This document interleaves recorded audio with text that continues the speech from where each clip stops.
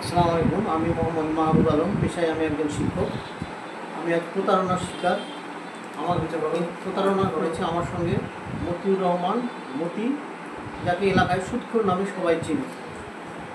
সে আমার কাছ থেকে প্রতারণা করে বিভিন্ন ভিডিও কথা বলে যে আপনার স্ত্রীর, আপনার মেয়ের ভিডিও ভাইরাল করে দেবো টাকা না দিলে। এইভাবে একের পর এক 20 লক্ষ টাকা, 20 লক্ষের ওপরেই হবে, 20 লক্ষ টাকা আর 3 বিঘা বাগান। তারপরে আমার বাগানের যে অংশগুলো ছিল পাতে, সে বিনা টাকায় আদায় করে দেওয়ার শর্তে সে দিয়েছিল, কিন্তু সেক্ষেত্রেও আমাকে প্রতারিত করেছে। আমি, আপনারা সাংবাদিক ভাই, আপনাদের কাছে আমার বিনীত অনুরোধ, আমি একজন অসহায় অন্ধ ব্যক্তি।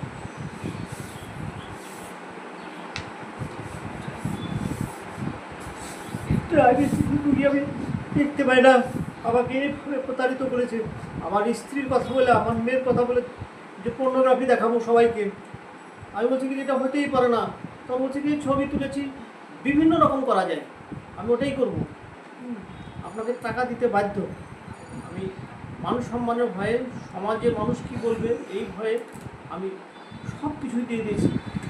শেষ পর্যন্ত আমাকে বলছে যে হয়তো স্ত্রীকে তালাক দে, আমি বিয়ে করবো।